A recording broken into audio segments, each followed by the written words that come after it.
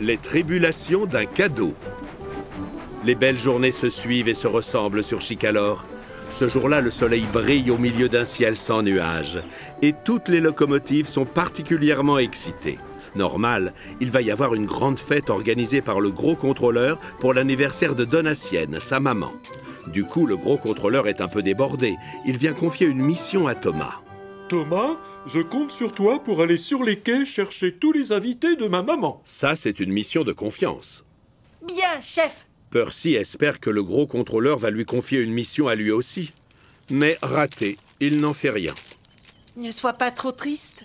Il y aura du travail pour toi plus tard. Peut-être.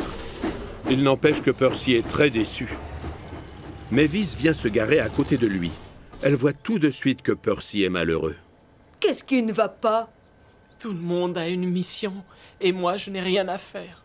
Ne sois pas triste. Je parie que le gros contrôleur va te trouver un travail avant ce soir. Fais-moi confiance. À ce moment-là, n'oublie pas de venir m'en parler, surtout. Justement, le gros contrôleur revient voir Percy. Ce dernier ne s'y attendait pas du tout. Percy, je te confie la mission la plus importante de toutes. Tu vas aller chercher sur les quais le paquet qui contient le cadeau pour ma chère maman. Ensuite, tu devras le déposer à la gare des Quatre Vents où aura lieu la fête. Quel honneur! Percy bouillonne de joie. Oui, chef. Merci beaucoup. Finalement, Mavis a gagné son pari. Percy a une mission. Il arrive très vite sur le port. Et là, il a un choc. Le paquet est énorme. C'est même le plus gros qu'il ait jamais vu. Percy est tellement fier que sa chaudière menace d'exploser. Il faut que j'aille le montrer à Mavis. Elle va être très contente pour moi. Thomas vient de faire son entrée sur les quais. Il est ravi pour son ami. Bravo! On t'a confié la mission la plus importante. Je sais. D'ailleurs, je vais tout de suite aller montrer ce gros paquet à Mavis. Mais tu ne ferais pas mieux d'aller aux Quatre Vents plutôt? Percy ne l'écoute pas. Il sait ce qu'il veut faire. Mais j'ai tout le temps d'aller à la gare des Quatre Vents. D'abord, je tiens à montrer cet énorme paquet à Mavis. Têtu comme une mule, Percy traverse la campagne à fond les wagons et file vers la carrière. Il y déboule à toute vapeur et cherche où se trouve son ami. Pas de chance, Mavis est très occupé. Rocky est en train de charger de lourdes caisses sur des wagons plats et c'est Mavis qui déplace ensuite ces wagons. Croyez-moi, c'est fatigant. Coucou, Mavis. Coucou, Percy. Regarde ce que je dois livrer. Je suis désolé, mon grand, mais je suis débordé. Je ne peux pas te parler. Je vais attendre alors. Pas de souci. Attention, Percy! Et c'est la catastrophe. Rocky lâche son chargement qui était beaucoup trop lourd. Un épais nuage de poussière d'ardoise s'élève et recouvre toute la zone. Puis, la poussière finit par retomber. Mavis, Rocky et Percy se retrouvent couverts de poudre grise. Tout comme le paquet d'ailleurs. Bravo, c'est malin. Non, c'est pas possible. Regardez mon beau paquet. Qu'est-ce que je fais maintenant? Percy fait marcher sa cervelle à toute vitesse. Une idée fuse tout à coup dans sa chaudière. Oh, je vais aller le faire nettoyer. À la station de lavage, ça ne devrait pas prendre trop de temps. Percy, tu ne devrais pas plutôt aller aux Quatre Vents? Mais Percy n'écoute pas. Il n'en fait qu'à sa tête. J'irai à la gare des Quatre Vents une fois que j'aurai montré mon énorme paquet à Mavis. Il me reste encore beaucoup de temps. Et hop, le voilà qui redémarre à toute vapeur. Il fonce à fond les wagons vers la station de lavage. Sur place, il croise James, venu faire un brin de toilette. Ça alors, Percy, mais enfin, qu'est-ce qui s'est passé? Percy n'ose pas lui avouer la vérité. Est-ce que vous pouvez nous laver, s'il vous plaît? Le préposé se met tout de suite au travail. Il frotte avec sa brosse et met bien du savon partout. Très vite, Percy retrouve sa belle couleur verte. En revanche, le paquet, lui, a très mauvaise mine. Oh, bravo, c'est malin. Le carton est tout mou parce qu'il est trempé. Qu'est-ce que je vais faire maintenant? Percy réfléchit à toute vitesse. Une autre idée finit par fuser dans sa chaudière. Oh, je vais emporter mon énorme paquet à l'atelier de Victor. Lui, il peut m'aider. Ces séchoirs automatiques vont regonfler mon paquet. Pardon? Tu ne devrais pas directement aller aux Quatre Vents? Mais Percy n'écoute pas James. Il est trop têtu. J'irai là-bas dès que j'aurai montré mon paquet à Mavis. J'en fais la promesse. Il me reste du temps avant le début de la fête. Sûr de lui, Percy redémarre à toute vapeur. Il file aussi vite que le vent. Direction l'atelier de réparation. Une fois sur place, il se met à chercher Victor. Mais impossible de le trouver. Du coup, il va voir un mécanicien. Vous pourriez nous sécher assez vite, je suis très pressé. Le mécanicien accepte avec plaisir. Percy va se placer sous les séchoirs géants de l'atelier. Ça fait du bien un peu d'air chaud, n'est-ce pas? Au bout de 10 minutes, on arrête les séchoirs. Percy est ravi, il est tout sec. En revanche, le paquet, lui, a toujours triste mine. Oh, mais quelle horreur! Il est tout froissé et chiffonné. Qu'est-ce que je vais faire maintenant? Encore une fois, Percy se creuse les méninges. Hélas, il a beau réfléchir, aucune idée ne fuse dans sa chaudière. Du coup, il s'en va, le cœur tout triste. Déçu et honteux, il roule lentement sans savoir où aller. Il n'a plus du tout envie de montrer le paquet à Mavis. Il n'est pas non plus pressé d'arriver à la gare des 4 vents. Il sait très bien qu'il va se faire gronder par le gros contrôleur. Il est tellement triste qu'il préfère encore disparaître. Il s'arrête sur une voie de garage cachée par des arbres. Il se sent tellement coupable. Tout à coup, il entend Mavis et Edward qui passent à côté. Coucou, Mavis, tu as l'air contente. C'est vrai? Je viens d'aller chercher des caisses toutes neuves. Mais c'est intéressant, ça. Percy retrouve tout de suite le sourire. Il écoute attentivement ce que dit son ami. Des caisses toutes neuves? Victor en a tout un chargement dans son atelier. C'est la première fois que j'en vois d'aussi belles. Au revoir, Edward. Une caisse toute neuve, la voilà la solution. Percy appuie à fond sur ses pistons et file à toute vapeur vers l'atelier. Bonjour, Victor. Bonjour, mon ami. En quoi puis-je t'aider? Je viens de voir Mavis avec des caisses toutes neuves. Je peux en avoir une, s'il te plaît? Mais pourquoi faire? Pour mettre le paquet surprise dedans. Alors, c'est d'accord. Vas-y, prends-en une. Percy est rassuré. Son plan a marché. Oh, merci beaucoup. Victor demande à un mécanicien de charger une caisse rouge sur le wagon plat. Vous pouvez être sûr que la maman du chef n'a jamais rien reçu d'aussi bien emballé. Il faut que je me dépêche. Tous les invités doivent m'attendre. Au revoir, Victor. Sa bêtise est réparée. Percy peut repartir. Le gros contrôleur et sa maman patientent sur le quai de la gare des 4 vents. Le chef est très en colère. Heureusement, Percy arrive. Sa surprise fait son petit effet. Tout le monde admire la belle caisse rouge. Finalement, la fête commence bien. Bon anniversaire, madame. C'est un honneur pour moi de vous donner ce cadeau. La maman du gros contrôleur a l'air ravie. D'ailleurs, même son fils se met à sourire. On demande à 2 ouvriers d'ouvrir la caisse. Les invités ont hâte de voir ce qu'il y a à l'intérieur. Mais la maman du gros contrôleur est sûrement la plus pressée de tous. Soudain, surprise! Dans la caisse se trouve un magnifique portrait de Donatienne. Oh, merci, mon chéri. C'est vraiment une très belle surprise. Je suis très contente. C'est le paquet le plus extraordinaire que j'ai jamais vu. Bravo! Ça tombe bien, Percy adore les compliments. Mais c'est vrai qu'il est mérité, celui-là. Percy a vraiment réussi sa mission.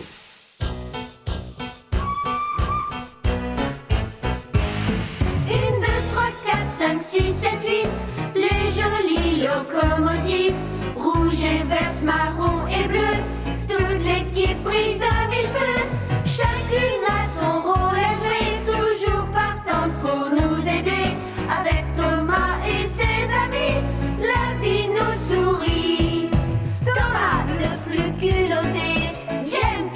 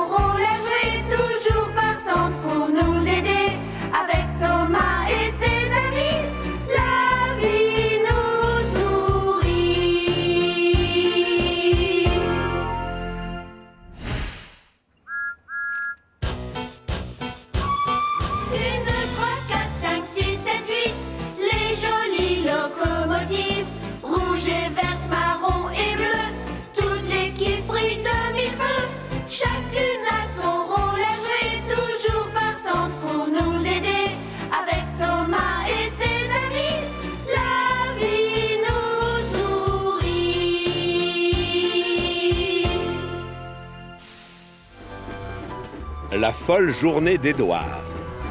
Vous connaissez tous Édouard. Il n'est pas tout jeune, mais il a bon cœur. Et sur Chicalor, il ne compte que des amis. Il adore rendre service et il travaille du matin au soir. L'important pour lui, c'est d'être utile et efficace. Ce matin-là, Édouard vient faire un tour au centre de recherche et de secours. Harold est déjà au travail. Il est allé chercher un mouton qui s'était perdu sur la colline. Oh, waouh, bravo Harold. Je trouve que tu es un vrai héros. Je ne fais que mon travail et je suis là pour ça. Tu ferais pareil à ma place, non? C'est sûr, j'aimerais bien être un héros. Mais ça m'étonnerait beaucoup que je sois capable d'en être un, hélas. Édouard préfère arrêter là la discussion. Il met ensuite le cap sur la gare des 4 vents. Thomas est là. Tiens, bonjour Thomas. Dis donc, tu m'as l'air de très bonne humeur. Oui, et tu veux savoir pourquoi? Le gros contrôleur va te confier une mission spéciale et tu seras content. Ah, te voilà. Aujourd'hui, c'est toi qui auras l'honneur d'être la locomotive de secours et qui ira aider tes collègues en difficulté. Harold t'attend au centre en ce moment même. Dépêche-toi d'aller le rejoindre. C'est lui qui t'expliquera exactement ce que l'on attend de toi. Alors écoute-le bien. Je compte sur toi, Édouard, pour faire du très bon travail. D'accord? Thomas est ravi pour son ami. Tu vas devenir Super Édouard, le héros de Chicalor. Bonne chance et à plus tard. Quelle drôle de tête! Bon sang de voix, j'ai le trac. Je ne sais pas comment on s'y prend pour être un héros. À ce moment-là, Gordon entre en gare avec Rocky. Ils ont l'air bien pressés tous les deux. Clic-tic-clac, laissez passer, s'il vous plaît. Nous sommes assez pressés et j'ai la priorité. Édouard regarde Gordon avec envie. Tout à coup, une idée fuse dans sa cheminée. Gordon, lui, sait se conduire en héros. Il est costaud et rapide et direct. Si je veux réussir, il faut que je sois comme lui. Édouard se sent enfin prêt à accomplir sa mission. Le trac a complètement disparu et il a hâte de se mettre au travail. Costaud, rapide et direct. Voilà comment je dois être. J'ai trop envie de devenir un héros. Laissez passer, vive Édouard!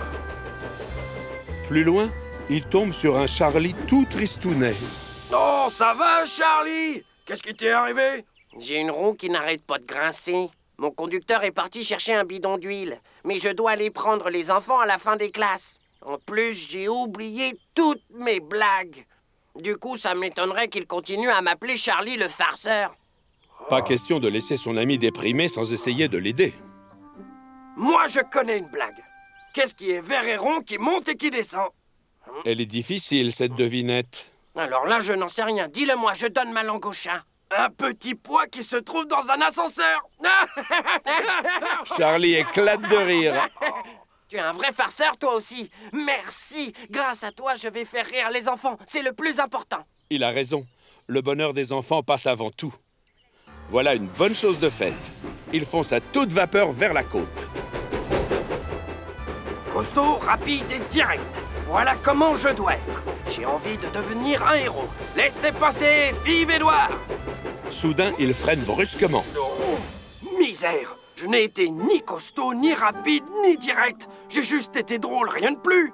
Quand je serai avec Harold, j'ai vraiment intérêt à me comporter comme un héros. Plus facile à dire qu'à faire. Quelques minutes plus tard, il arrive à la gare de la Pierre de Lune. Donatienne, la maman du gros contrôleur, attend sur le quai. Bonjour, Madame Hatt. Hélas, c'est loin d'être un bon jour pour moi, mon cher Édouard. La pauvre est toute tristounette. Mais enfin, pourquoi, madame? Voilà, j'ai fait livrer ma valise à la gare des Marrons et je me suis trompée. J'aurais dû la faire envoyer ici. Quelle idiote je fais. Oh, je vais arranger ça. Je vais tout de suite aller chercher votre valise à la gare des Marrons et je reviens. Bravo, Édouard. Une fois à la gare des Marrons, il demande à son conducteur de prendre la valise. Ensuite, il retourne voir Donatienne, qui est très touchée par ce qu'il vient de faire. Édouard, tu es un ange, merci, merci beaucoup. J'en parlerai à mon fils, je te le promets. Comme quoi, ça paye toujours de faire une bonne action. Édouard reprend le chemin du centre. Cliquetis-clac, il a oublié son trac. Costaud, rapide et direct. Voilà comment je dois être. J'ai envie de devenir un héros. Laissez passer, vive Édouard! Oh! Soudain, il freine. Oh, misère! Je n'ai été ni costaud, ni rapide, ni direct. J'ai juste été serviable. Quand je serai avec Harold, j'ai vraiment intérêt à me comporter comme un héros. Et hop, il repart. Un peu plus loin, Édouard croise le chien du fermier. Non, c'est le chien de Monsieur McCall. Qu'est-ce qu'il fait tout seul? À mon avis, il doit chercher un mouton qui s'est échappé de son troupeau. Seulement maintenant, c'est lui qui s'est perdu. En freinant, il laisse échapper un peu de vapeur et ça effraie le toutou. Oh, ça me coupe mon sifflet, il a peur. C'est la première fois qu'un chien se met à trembler quand il me voit. Peut-être que si je suis gentil et que je ne fais pas trop de bruit, il acceptera de grimper dans ma cabine. N'aie pas peur, gentil toutou. Tu ne veux pas que je te ramène chez toi à la ferme de Monsieur McCall? Édouard ne fait plus un bruit et il attend que le chien s'habitue à lui. Ça marche. Le chien s'approche et vient lui renifler les roues. Et alors, hop, il grimpe dans la cabine. Monsieur McCall récupère son chien. Ah. Merci, c'est très gentil de ta part, Édouard. Je ne sais pas comment il serait rentré sans ton aide. Édouard est content d'avoir pu rendre service. Il reprend le chemin du centre de secours. Costaud, rapide et direct. Voilà comment je dois être. Moi, j'ai envie de devenir un héros. Laissez passer. Vive Édouard. Oh, Oh non, ça y est, ça recommence. oh, misère. En fait, je n'ai été ni costaud, ni rapide, ni direct. Non, j'ai juste été très doux et gentil. Quand je serai avec Harold, j'ai vraiment intérêt à me comporter comme un héros. 10 minutes plus tard, le voilà enfin arrivé. Salut, Harold! Mais l'hélicoptère n'est pas là. Oh, nom d'un boulon! J'ai mis un peu trop de temps pour venir jusqu'ici. Harold en a sûrement eu assez d'attendre et il est parti. En fait, je ne suis ni costaud, ni rapide, ni direct. Je suis vraiment tout sauf un héros. Je ferais mieux de retourner aux 4 vents maintenant. À tous les coups, le gros contrôleur va piquer une grosse colère contre moi. Il redémarre tristement. Rien ne s'est passé comme il l'avait prévu. Le gros contrôleur va se fâcher tout rouge. Il repasse près de la ferme de Monsieur McCall. Mais le revoilà! C'est Édouard, le héros! Hein? Oui, tu as bien entendu. Ensuite, Édouard repasse à côté de Charlie. Et apparemment, sa blague a beaucoup de succès auprès des enfants. C'est lui, les enfants. C'est Édouard, le nouveau héros. Je ne vois pas ce que j'ai fait pour être traité de héros. Édouard finit enfin par arriver aux 4 vents. Le comité d'accueil est déjà là. Donatienne est tout sourire. C'est bon signe. Regarde un peu qui vient nous voir, mon chéri. C'est Édouard, le héros de Chicalor. Édouard est très gêné. Je suis loin d'être un héros, chef. En réalité, je n'ai pas joué mon rôle de locomotive de secours avec Harold. Je n'ai été ni costaud, ni rapide, ni direct. Oh que non, en effet, je sais tout. Tu t'es montré gentil, drôle et serviable. Oh. C'est tout toi, ça. Tu as toujours été très généreux, plein d'humour, prêt à rendre service. Voilà pourquoi nous pensons que tu es un héros. J'espère que tu le seras toujours. Ça, c'est un beau compliment. Surtout de la part du gros contrôleur. Tout à coup, Harold fait son apparition. Alors, tu viens, oui ou non? On a des gens à sauver, nous! Un grand bravo pour Édouard! Édouard ne s'attendait pas à être félicité. Finalement, la journée se termine plutôt bien.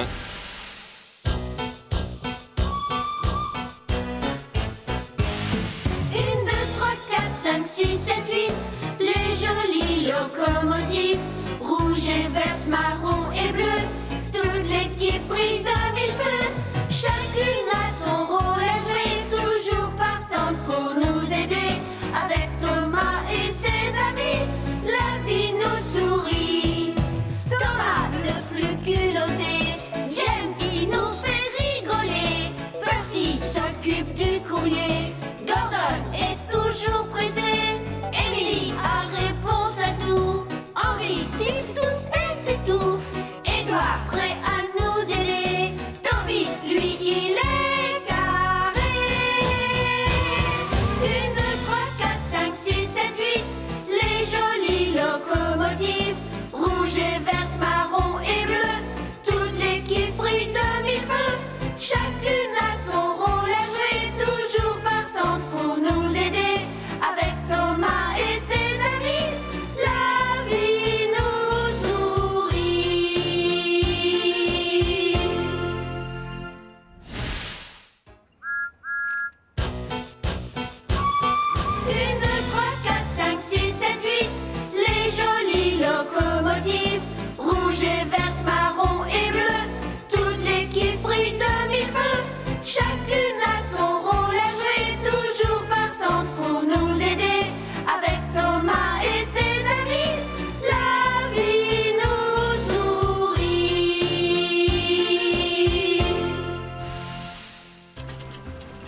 Le blues de l'île de Brume. Sur la petite île de Chicalor, tout le monde est ami avec tout le monde. On n'oublie jamais de se faire coucou en sifflant ou en klaxonnant quand on se croise. On se tient compagnie en travaillant.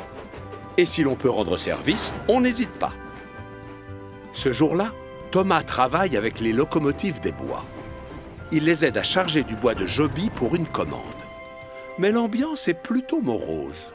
On pousse, on cogne, et après, on passe au suivant. C'est quoi ces têtes toutes tristounettes? C'est plus pareil sans notre vieil enrhumé. On n'entend plus de bruit. On ne voit plus d'arbres jetés en l'air. C'est exact. La rigolade, c'est fini, on dirait. Thomas ne comprend pas ce qui se passe.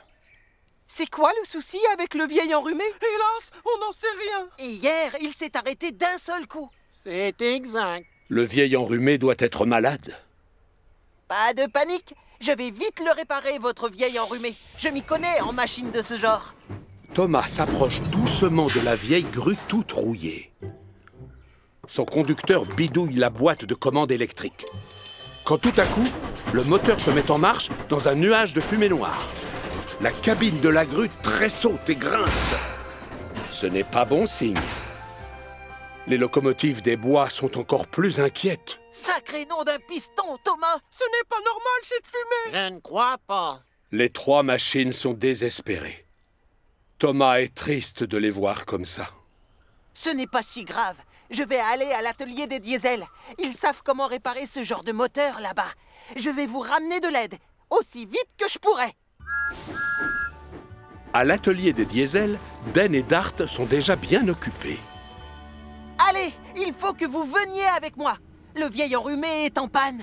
On ne répare que les diesels. Oui, mais c'est aussi une machine. Et il marche au gasoil. Ça tombe bien, les diesels, c'est pareil. Den et Dart réfléchissent quelques secondes. Tu as raison. Thomas les a convaincus. C'est d'accord alors? Merci, Dart. On doit se dépêcher. Thomas appuie sur ses pistons, mais Dart a une petite exigence. Je veux que Den vienne avec moi. Thomas n'est pas d'accord. Pourquoi? Tu peux bien le laisser une heure. Je veux que Den vienne avec moi. Mais Thomas ne l'écoute pas. Il est trop pressé de retourner sur l'île de Brume. Un quart d'heure après, Thomas et Dart arrivent à la gare des bûcherons. Le diesel a du mal à croire ce qu'il voit. Il ne s'attendait pas du tout à rencontrer 3 locomotives pareilles. Moi, c'est Dash. Et moi, Bâche. Et moi, Ferdinand. Sois le bienvenu sur l'île de Brume. C'est exact. Dart se présente. Je m'appelle Dart. Et lui, c'est le vieil enrhumé. Thomas dit que tu peux le réparer. Merci. Comme des docteurs, Thomas et Dart s'approchent du malade. Le vieil enrhumé ne bouge pas un boulon. Il ne grince même pas. Aucun tronc d'arbre ne s'envole dans les airs. Dart s'inquiète. C'est bien la première fois que je vois une machine pareille. Son conducteur bidouille la boîte de commande. Le vieil enrhumé se met alors à tousser, puis à éternuer. Le moteur crache un nuage de fumée noire. Et puis soudain, plus rien. Dart n'en revient pas. Maudit moteur! Je ne peux rien faire pour lui. Sur ce, il prend ses roues à son cou et quitte l'île de Brume. Ne sachant pas à qui d'autre s'adresser, Thomas essaie de le rattraper. Dart retourne à l'atelier des diesels, mais dès son arrivée, il se fait gronder. Où t'étais passé? Den a besoin de toi ici. À ce moment-là, Thomas fait son entrée dans l'atelier. Ses joues sont toutes rouges, il est très essoufflé, mais il ne lâche pas l'affaire. Den, tu peux venir sur l'île de Brume avec moi, s'il te plaît? J'aimerais que tu répares le vieil enrhumé. Den a une exigence. Dart doit m'accompagner. Thomas n'est pas d'accord. Tu te débrouilleras très bien tout seul. Je veux que Dart vienne avec moi. Mais Thomas ne l'écoute pas. Il est trop pressé de retourner sur l'île de Brume. À la gare des bûcherons, il emmène tout de suite Den au chevet du malade.